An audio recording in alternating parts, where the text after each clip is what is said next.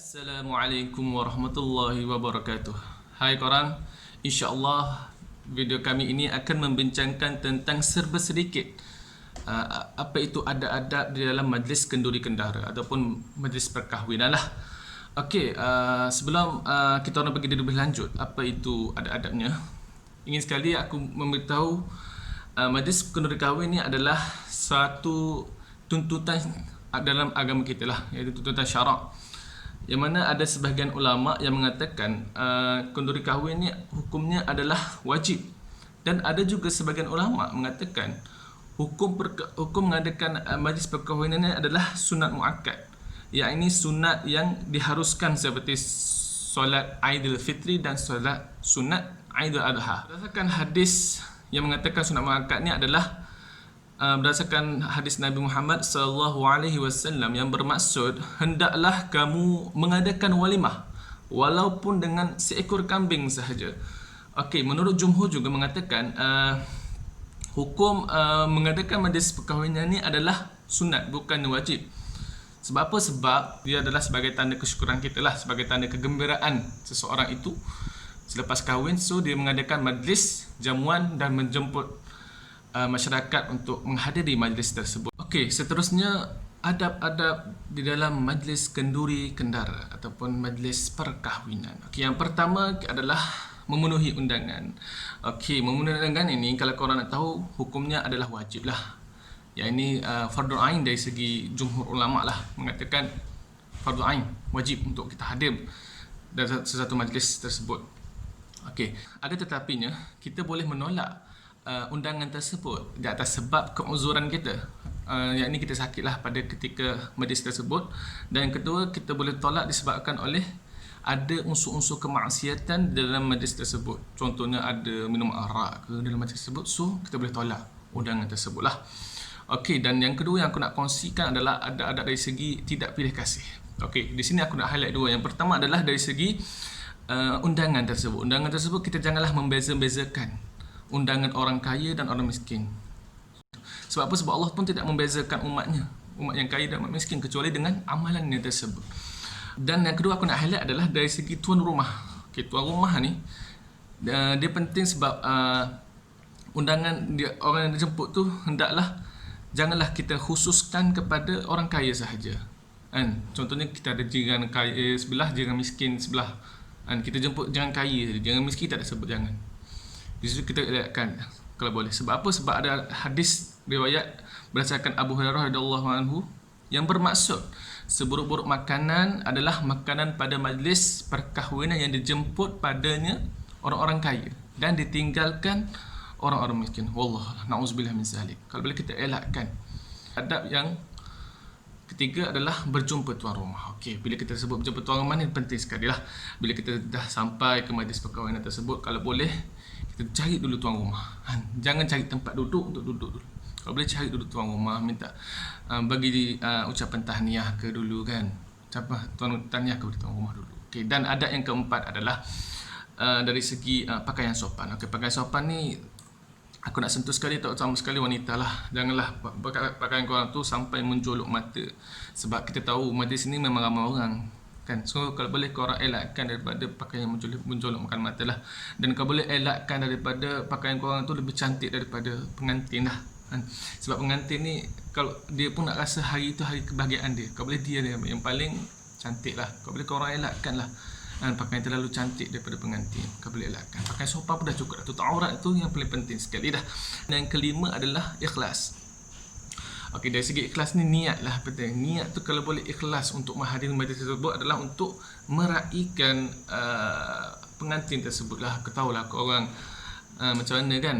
Kadang niat orang tu datang majlis tu untuk memenuhi perut ni sahaja kan. Dah makan free kot. Kalau siapa jemput makan free, siapa tak nak kan. Aku nak kalau makan free kan. Tapi kalau dari segi majlis perkahwinan tersebut, kalau boleh niat tu ikhlas untuk meraihkan pengantin kan? Untuk meraihkan pengantin, untuk bertemu dengan sahabat-sahabat, merapatkanlah hubungan kita dengan pengantin dan keluarga pengantin sekali lah. Seterusnya ada berdoa. Berdoa yang sebiasaannya yang Islam titik beratkan ataupun Islam didik kita untuk mengatakan kepada pasangan pengantin antaranya adalah barakallahu alaika wa baraka alaik wa jama'a bainakuma fi khair. Semoga Allah limpahi berkat ke atasmu, kepadamu dan atasmu, dan semoga Allah mengumpulkan kebaikan untuk kamu berdua. Biasanya itu adalah yang orang selalu sebut di dalam ucapan mereka untuk mendoakan para pasangan ini supaya kekal hingga ke Jannatul Firdaus. Berdoa tu mungkin antara kita ni semua kebiasaannya biar berdoa benda yang baik-baik. Jangan doa untuk keburukan untuk dia. Jangan doakan untuk sesuatu keburukan. Antaranya adalah mungkin dia ni pasangan tak lama ni, mungkin sekejap lepas tu dah cerai. Jangan doa macam tu. Doakan yang baik-baik. Mudah-mudahan doa antara kita tu adalah diangkat dan dimakbulkan oleh Allah SWT. Adab yang seterusnya adalah jaga percakapan. Seperti hadis Nabi SAW, "Falyakun khairan aw liyasmut." Bercakaplah kamu perkara yang baik-baik atau kamu diam. Sebab apa? Dengan lisan ni lah, lisan ni antara perkara yang boleh menyebabkan kita masuk ke dalam neraka.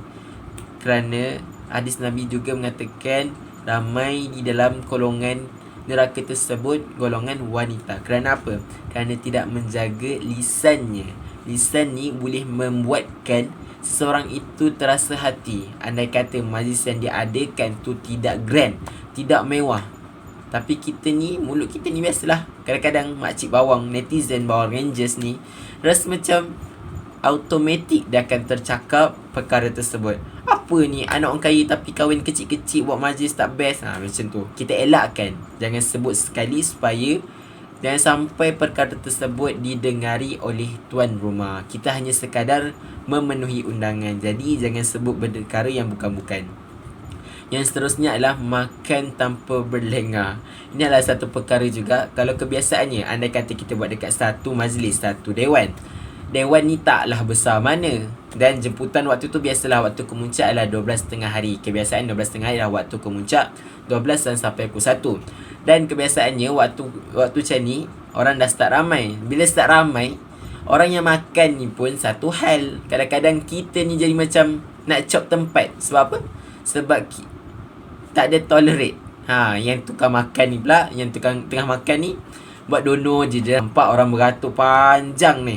Orang beratur duk cari tempat duduk, dengan ambil makanan lagi, lepas tu dengan nak cari tempat lagi. Tapi orang yang tengah makan ni buat tak tahu. Rasa kita macam sepatutnya kita kena, kalau rasa kita dah habis makan, terus bergerak. Ataupun cakap dengan anak-anak, okey cepat kita nak bagi tempat kat orang lain pula. Janganlah buat macam kenduri tu majlis kita. Melainkan ada tempat khusus untuk kita menyembang. Adab tu orang tak nampak betapa pentingnya. Kita nak apa? Untuk mempermudahkan urusan tuan rumah. Seterusnya adalah jangan membazir. Ini pun adalah satu benda yang selalu kita tengok. Kadang majlis tu jemputan dia tak ramai, jadi kuantiti makanan tu adalah terhad. Andai kata pihak catering ni tidak menyendukkan makanan tu, biasanya orang kita akan senduk sekali banyak-banyak. Dan ending dia tak habis bila tahu lauk tu tak sedap. Dan sampai masa orang yang akan datang sekali tak ada lauk. Jadi siapa yang susah? Tuan rumah juga. Jadi elakkan untuk menyusahkan tuan rumah. Tapi biarlah kita permudahkan, ambil sekadar yang kita nak. Kita sekadar yang kita nak, jangan sekadar yang kita hendak.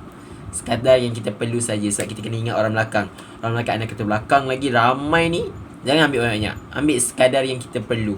Okey, yang terakhir adalah ampau ataupun salam kaut. Salam kaut ni biasanya adalah orang kataan orang-orang kita sendiri lah. Salam kaut tu maksudnya sambil salam tu sambil dikautkan satu macam ampau kan. Okey, kita kebiasaannya ampau ataupun salam kaut ni adalah untuk kita memberi ataupun bersedekah dengan secara tak langsung. Sedikit atau banyak bukan ukurannya. Kerana sedekah ni adalah bentuk betapa ikhlasnya kita. Allah tak kata sedekah itu mengikut kuantiti. Anda kata kalau kuantiti banyak mana pun tapi seorang itu tidak ikhlas, maka tidak guna juga sedekah tersebut. Tapi anda kata dia bersedekah walaupun dengan RM RM1 tapi dia ikhlas untuk memberi, mudah-mudahan Allah terima sedekah tersebut. Jadi secara kesimpulannya, ada adab yang kita lakukan yang selama ini yang saya dah ceritakan adalah untuk apa? Untuk kita juga. Perkara tersebut adalah menunjukkan baik budi kita. Seandainya perkara yang kita tunjukkan atau tonjolkan kepada masyarakat adalah perkara yang buruk, jadi perkara tersebut akan berlanjutan sehingga generasi akan datang. Jadi kita perlu tunjukkan qudwatul hasanah, maksudnya tauladan yang baik kepada generasi yang akan datang ni, supaya mereka tidak melakukan perkara-perkara yang tidak disukai ataupun yang tidak disedap ataupun tidak sedap mata memandang, orang kata. Jadi apa kata, kita amalkan antara ada adab yang telah dilaku, saya ajar ni ataupun saya terangkan ni di dalam praktikal ataupun praktikan dalam kehidupan seharian kita. Mudah-mudahan kita dapat memberi iktibar ataupun memberi pengajaran kepada orang-orang lain juga. Terima kasih dan Assalamualaikum warahmatullahi wabarakatuh.